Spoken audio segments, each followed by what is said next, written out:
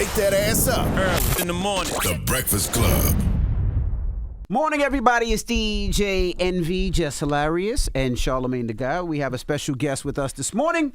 We have Jessica Tarlov. Welcome. Thank you for having me. How you feeling this morning?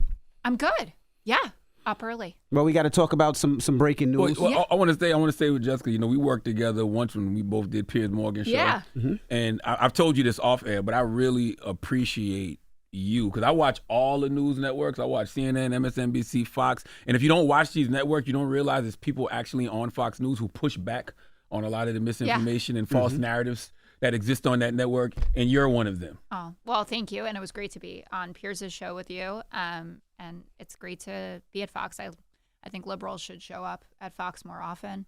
A lot of persuadable voters out there, and you have better conversations. It never appealed to me to kind of sit around a table with 4 or 5 people who are all kind of parroting the same thing, or you're looking for that one little piece that could differentiate you.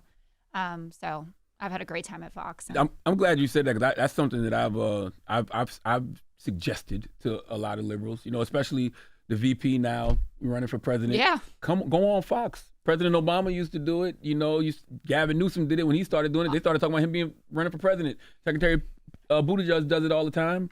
Go on there. Well, Tim Walz was on 2 weeks ago. He did America's Newsroom, which is a hard news program from 9 to 11 in the morning. And he was great. You know, he's super affable no matter what environment he's in. But I love it when I see elected officials showing up. Brett Baer, who hosts Special Report, he has a segment called Common Ground where he brings on a Democrat and a Republican. And Democrats, even as left as Elizabeth Warren, are clamoring to get on there. It's a great venue for people to show up on. And if you want to talk to the most people possible, you're going to go to Fox. How'd you end up there? So I went to graduate school in England. I did a PhD in politics, and I came back to the U.S. and worked in polling for Bill Clinton's old pollster. And then he was a contributor at Fox, and he's a very centrist Democrat, a guy called Doug Schoen. And he started pushing me to do media. It was actually just like a great mentoring boss move. He said, you know, when you work for someone who you can't ever be, you know, no one's going to hire me. They're going to hire Doug to do the job. He said, you have to start building your own brand. And so he called in a favor and just said, I have this girl who works for me. She's really smart. Give her a shot. And I started going on, and the relationship, you know, just went from there. And I started doing more and more shows. Sean Hannity gave me a shot in prime time, and I started doing his show a lot. And I got hired in 2017, soon after Hillary lost.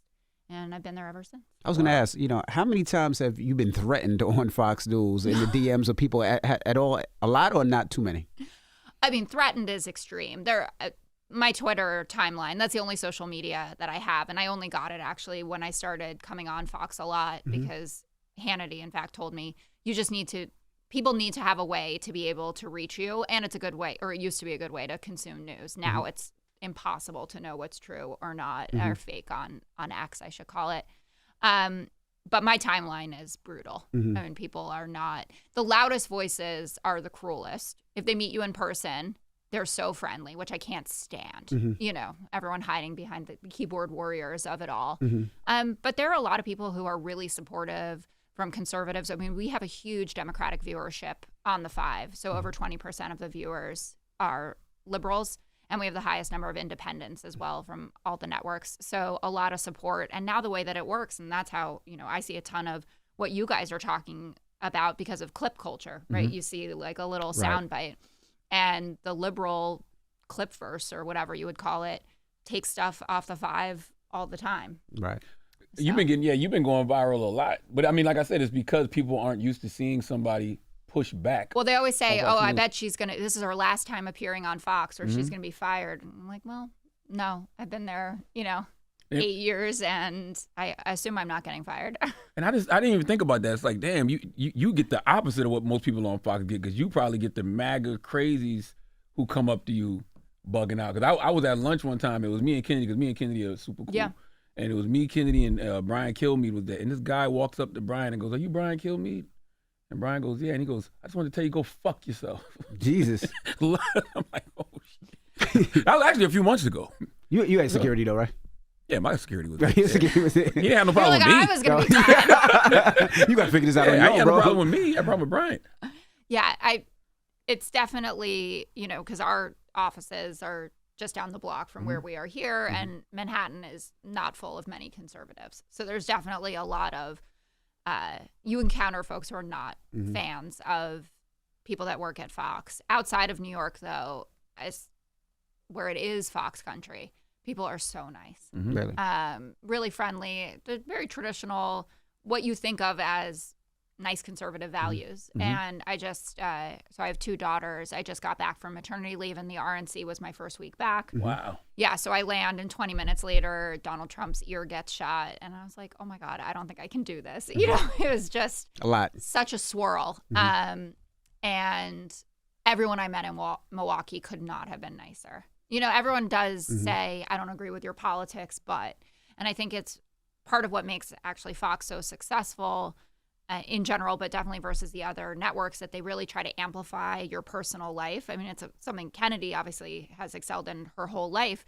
She talks about everything from her daughters, her dog, her ex-husband, her life, everything. Michael Jordan hitting on her, her relationship with people like you, what it's like to have had such a crazy life. And then the viewers, whether they like your politics or not, they feel something kindred with you. That's right. And so I think that's definitely helped me get through, whatever shit is hurled at me online. Someone told me that. I was going to say, so what do you think about, yesterday it was broken that Kamala Harris is picking Tim Walz. What's your thoughts on that?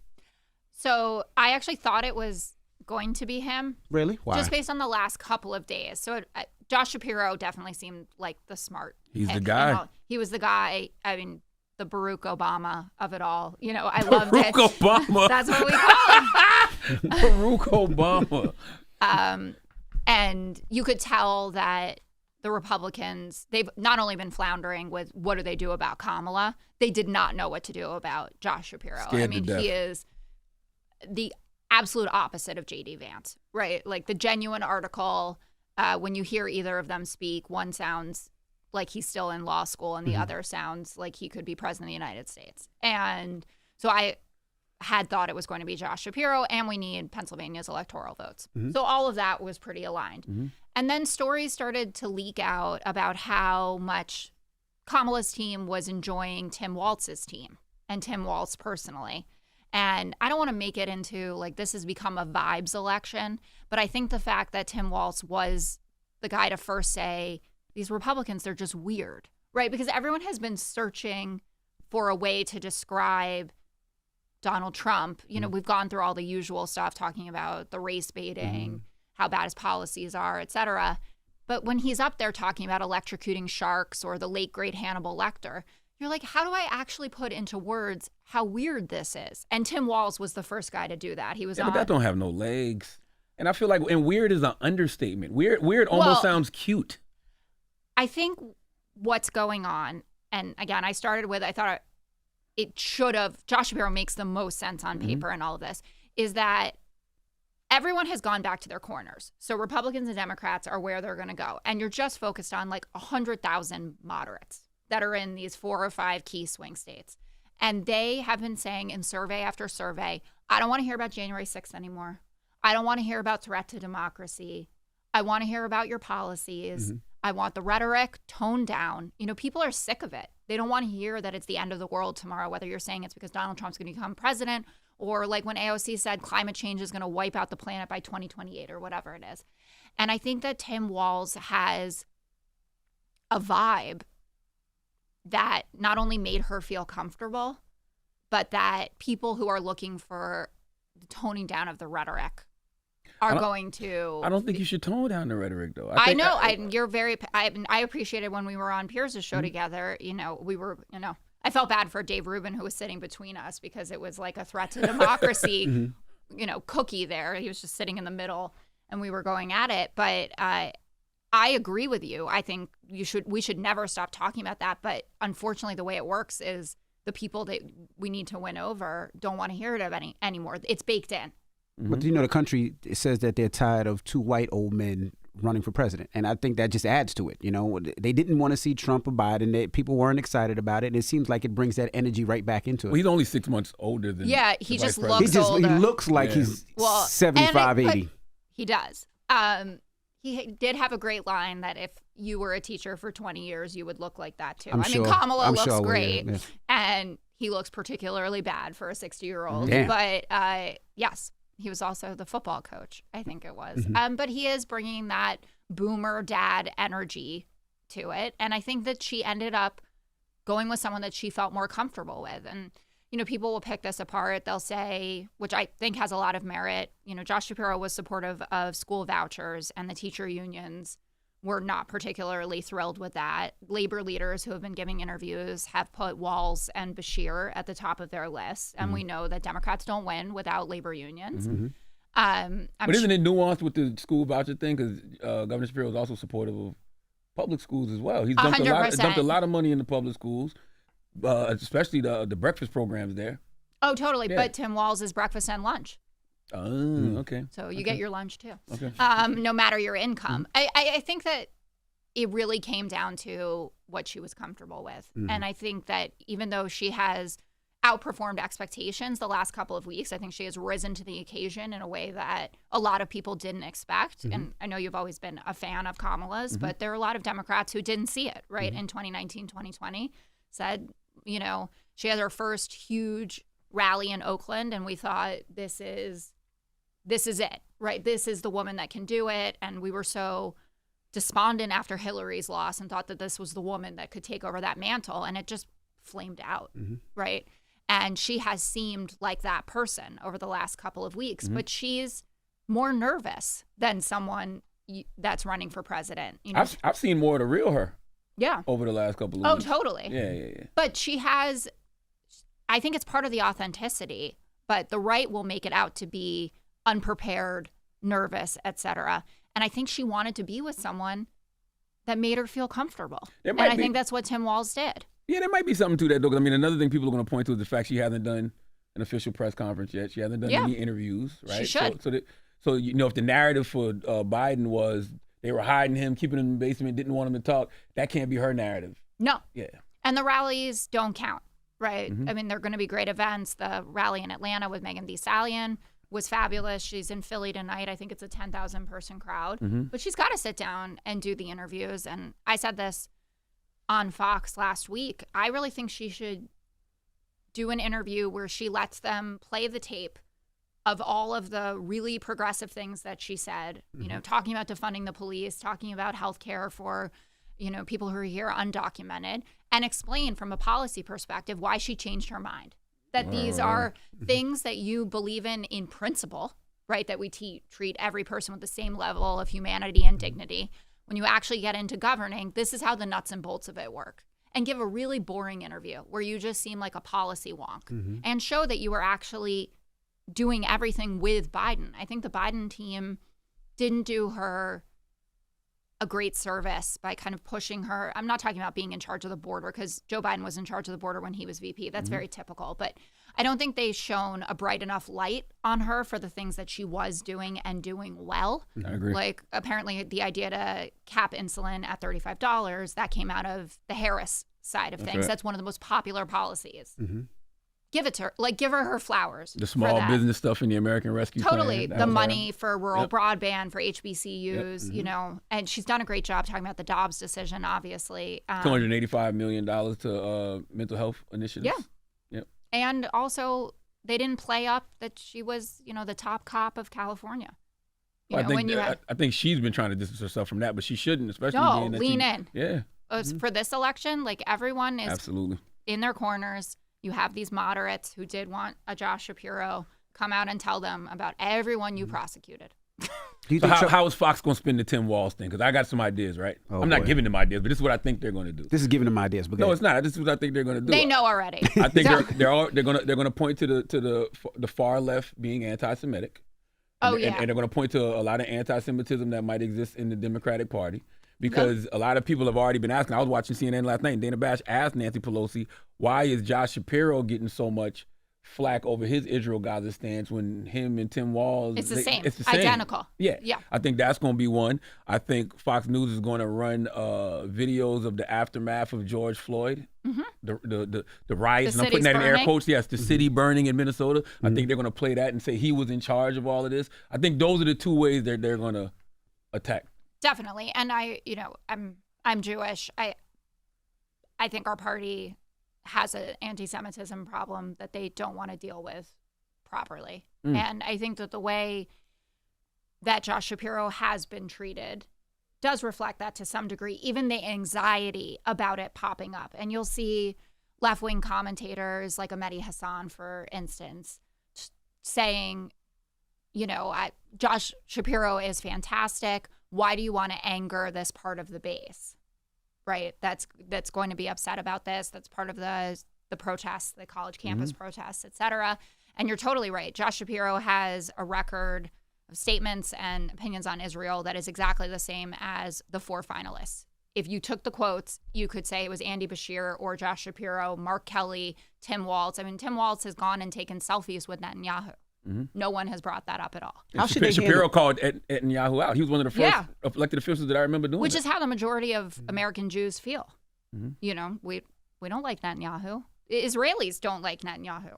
So How should they handle Israel, though? How should they handle that situation? Because it seems they're walking on eggshells when they speak about it and they talk about it on each side. How would you advise that they handle it? Well, I think the priority, what you should just be saying every single day, and I hate that it's dropped out of the discourse, is bring the hostages home. That's all. That's what this is about. There are still dozens of people that are being held in captivity in Gaza by Hamas. That's a priority. And Kamala was asked, she landed in the tarmac in Atlanta before her rally last week, and she was very clear, Israel has a right to defend itself. And I think that you're seeing that play out. But now that we have what's going on with Iran and all of this, it seems like going to blow up into a larger problem in the Middle East than just being able to say this is about Israel and what's gone on in Gaza. But I think it would be smart for Vice President Harris to continue on the track that Biden has been on. I mean, the proposal that has gotten us the closest to peace and the hostages coming home was honed out of that administration. I think Secretary Blinken has done a great job.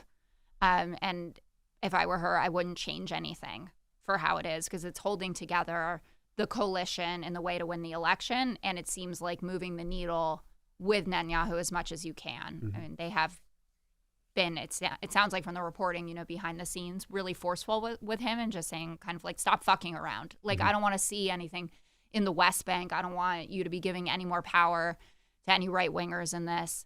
Like, get the hostages home and, we're out. So I would continue on with where Joe Biden has been going with this if I were her.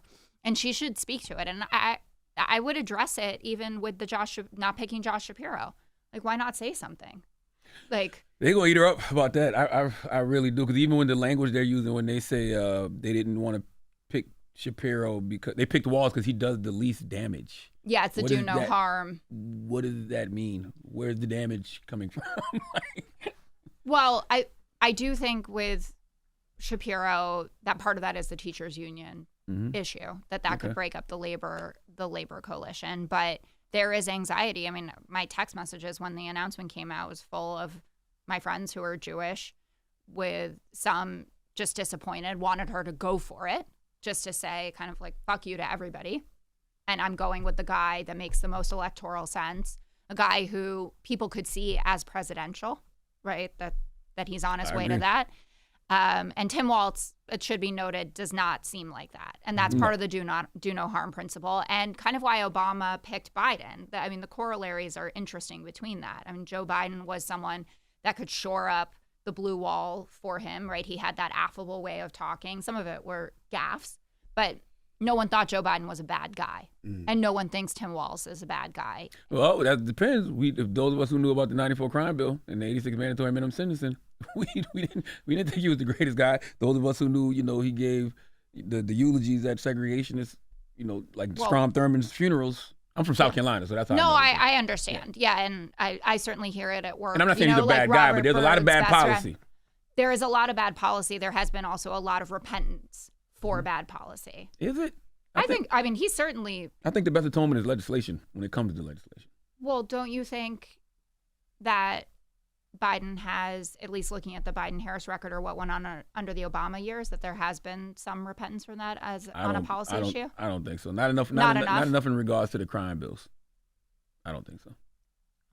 I mean, I think he has made an effort.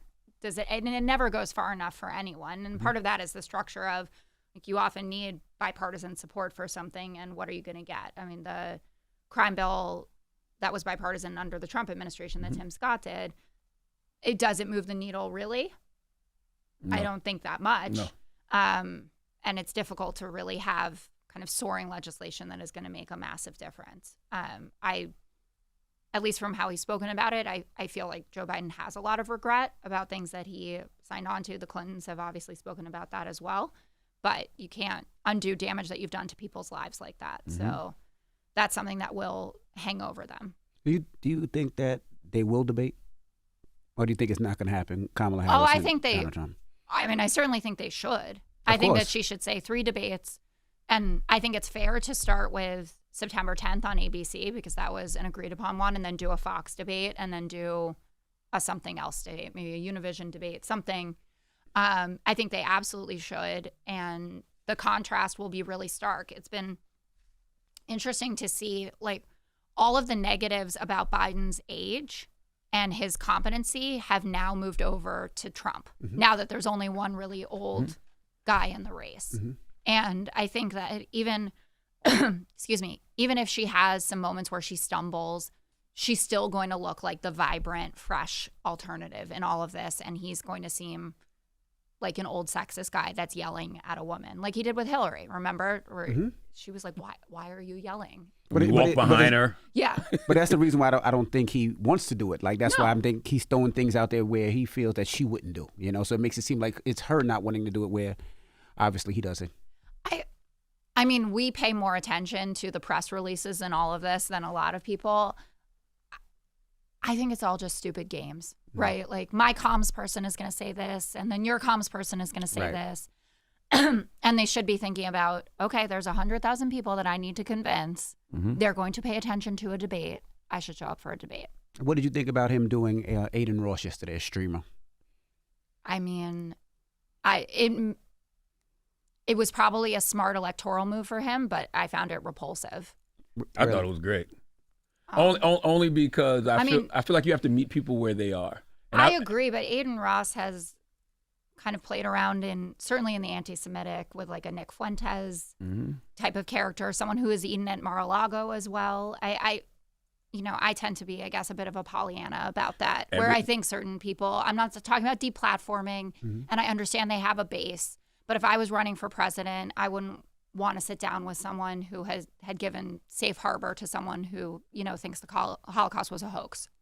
Oh, I'm with you, but there's a new voter turning 18 every day, and that dude's demo is like age 13 to 24, and it's just like, sometimes you have to really meet people where they are. I was talking to a lot of liberals yesterday, and they were saying to me, we care about young voters, not young people, and I'm like, well, what's the difference?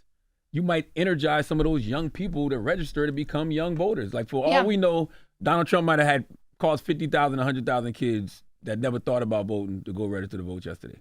You don't know.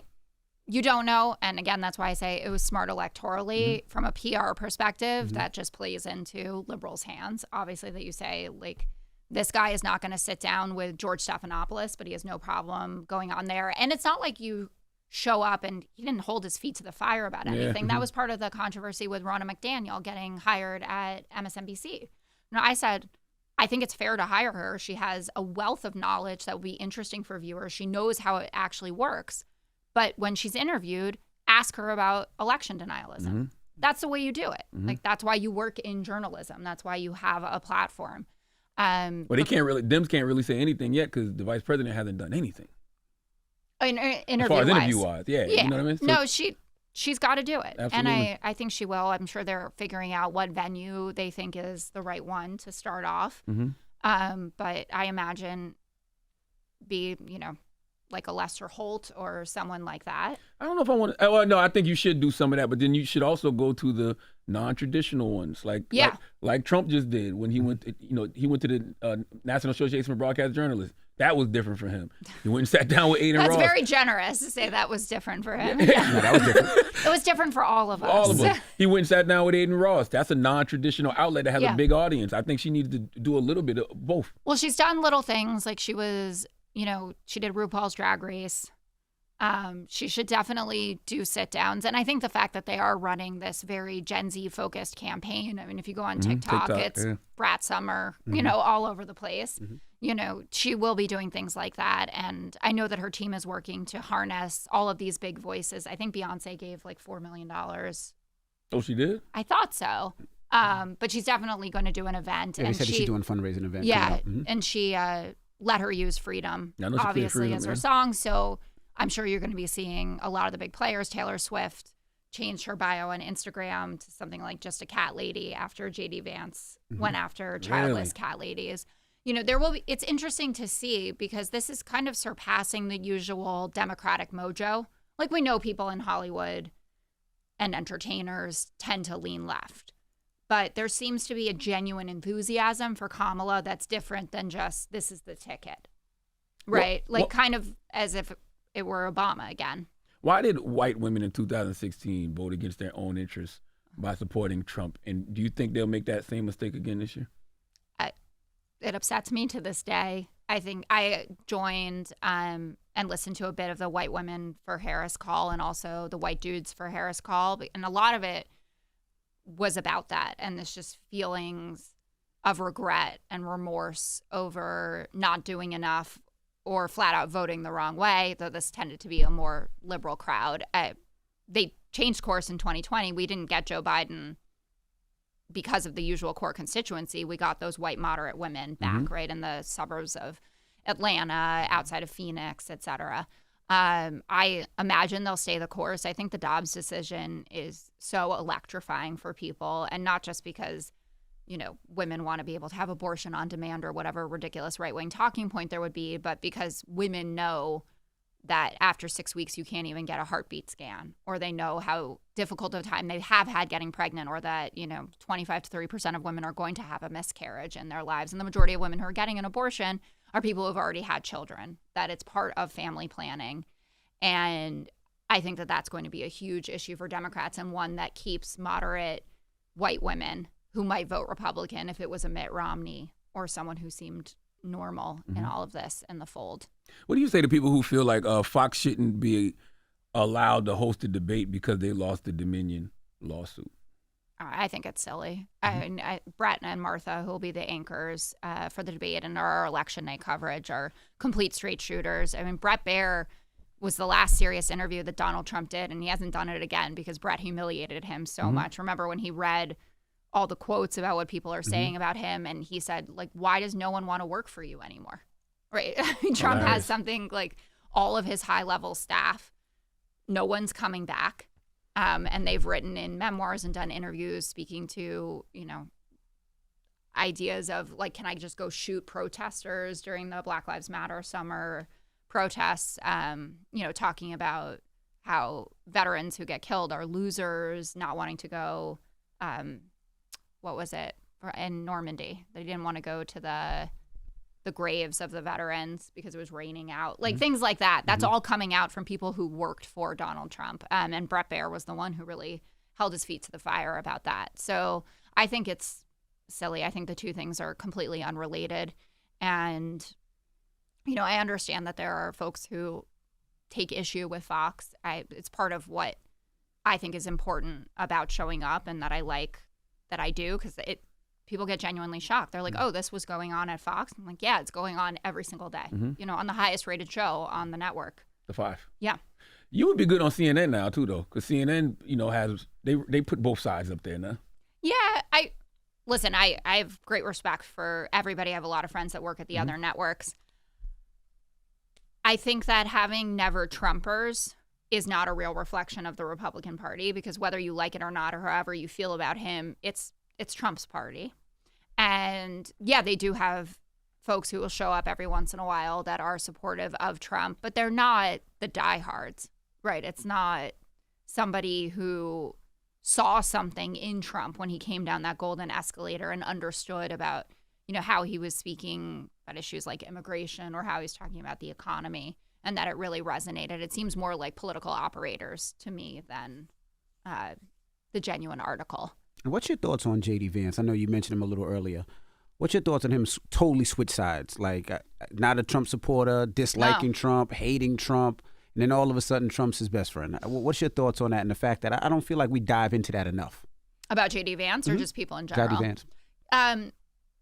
Listen, I think J.D. Vance was the absolute worst pick for VP for Trump. And that doesn't mean that I think that Trump is going to lose. I think probably, even though the forecasts are shifting, that he still has a structural advantage. So I'm putting that out there. But J.D. Vance was the only choice that he had that doesn't really move the needle. He doesn't have a different base than Trump. Trump was winning Ohio. J.D. Vance underperformed Governor DeWine, the Republican governor there, I think by double digits. Mm-hmm. I think that Trump, if he hadn't been shot, would not have picked J.D. Vance.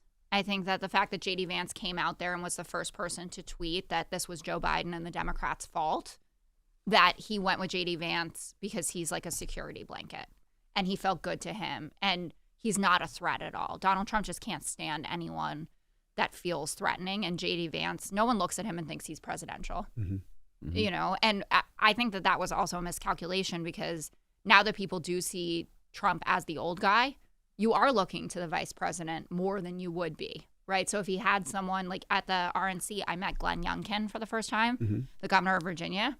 I was blown away. No, also by the fact that he's 6'9", which I did not know. Charming, very policy oriented. The crowd loved his speech that he gave, and all of my smart Republican friends were dying for Trump to pick Youngkin to at least moderate the ticket a bit. We all have friends that live in New Jersey, live in Virginia, and have had Republican governors and been just fine. And it would have sent that kind of message. So J.D. Vance, I think it sounds like from reporting that it was his sons that were pressuring him to do it. Like, Dad, pick my friend, pick my friend. And the Heritage Foundation. Well, they've done a number with that one. I love that they're like, Project 2025, we have nothing to do with it. 100 former Trump officials are working on it. J.D. Vance was their pick. That's what they wanted. Yeah. Totally. Well, I think it's because it's a blank slate. You could do anything you want to him. I mean, someone who would write a book like that, give the number of interviews that he's done talking about Trump and, that he's maybe America's Hitler. I don't know how you reverse course on that. I understand how you change your mind about single-payer health care. I don't understand how you think that America's Hitler is what the country needs. He went from calling him Hitler to giving him Hawk Tour. It's just like a full throat endorsement. Okay. That's right. Jesus Christ. It's the morning. I do love his wife, though. I think she's great. And they should be using her more. Her speech, her introduction of him at the RNC, I thought was fantastic. She's uber. I mean, they're both uber smart. You don't get to Yale Law School being a big dum-dum. But they should be using her more. Definitely. But she was a registered Democrat until 2022. And she seems very uneasy with what's going on. I can't imagine. Actually, if my husband woke up and was like, I'm going to go work for Donald Trump. You said something. You said you think Trump is going to win because he's more, structured? He has a structural advantage. When you say structural advantage, what do you mean? That he has a bunch of Republicans across the country who will refuse to certify the results of the election, and that'll help. And he's got the Supreme Court if he challenges it. All of those things, but I just mean the way the Electoral College is. Okay. Kamala's favored to win the popular vote. The Democrat basically always wins the popular vote, and then we lose the Electoral College. I mean, it's crazy how far you have to outperform the Republican if you're the Democrat in the one person, one vote standard to be able to win. And so that's why I still think that he has an advantage. And, we're getting there in the enthusiasm gap, but Donald Trump's supporters are diehards in a way that she has yet to build that kind of fervor. That Obama 2012 fervor. That's why I don't like the Tim Walz pick. That's why I feel like you can put another star on the ticket. The same way you said somebody like Trump is scared to have somebody that can outshine him. You got to, what'd you call him? Barista Obama? What'd you call it? Baruch Obama. Baruch Obama. Barista Obama. You got to put Baruch Obama. You got to put Governor Jess Shapiro there. He's another star. I feel like that, to me, that I'm not going to say it locks things up, but I think that's a better there's ticket. No doubt that the Trump team is happy about this. and any day that Republicans are happy is a bad day for me. But I do think that Tim Walz will surprise and delight people in a way that they're not expecting. He has this America's Dad background, being a teacher and a football coach. He flipped a conservative seat in Minnesota in 2006 when he entered Congress. One of the stories that I found the most engaging and just very sweet, his daughter came to him, I think it was after the Parkland shooting, and he had an A rating from the NRA. And she said, Dad, guns are the problem here. It's always the guns. Now he has an F rating from the NRA. He is someone who's willing to listen to people, to change his mind. He has apologized, going back to the point that you made about how Minneapolis was handled in the wake of George Floyd's murder. He's said it was an abject failure. And this election with both Kamala and Tim Walz, I think, will be a lot about whether people are willing to accept apologies for things and to accept that folks have evolved. And going back to your point that we have to keep talking about the threat to democracy and all of it, those two people are the ones standing in the way of Donald Trump. And that's what it comes down to. Yeah. And that's, got to be the chorus in all of this until November 5th. That's going to be interesting. You just made me think about something because, I said that they were going to start pointing the finger at him in regards to the aftermath of George Floyd. But if they start saying he was a guy that let cops do whatever on top of already, painting Kamala as the top cop, that's not going to play well on social media. No. It's weird because it matters so much, and I feel like it has, especially for Kamala, changed the course of the last 2 weeks, kind of the love that she's been getting. But at the end of the day, those aren't the tried and true voters. We didn't have Joe Biden as president because of social media. We had Joe Biden as president because Gen X and boomer black people showed up at the polls. That is true. So it's not, the vibes aren't real life.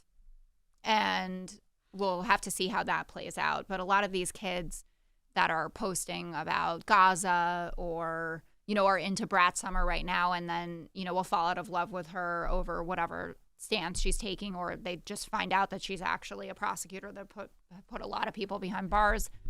Were they going to vote anyway? I'm not completely sure. Yeah, I agree. All right. Well, we appreciate you for joining us. How can they find you? Because, like you said, you're not on social like that. I'm on Twitter, which I know no one wants to be around. But you can watch The Five, which is 5 o'clock on Fox News Channel. And why don't you have your own podcast or something? I'm working on it. Okay. Yeah. Okay. Love to do that. And yeah, thank you guys so much for having me. No, thank you for coming. All right. You can catch her on The Five, like she said, Jessica Tarlov. And we appreciate Tarlov. Tarlov. All of it is good. Okay. Yeah. It's The Breakfast Club. Good morning. Wake that ass up. Early in the morning. The Breakfast Club.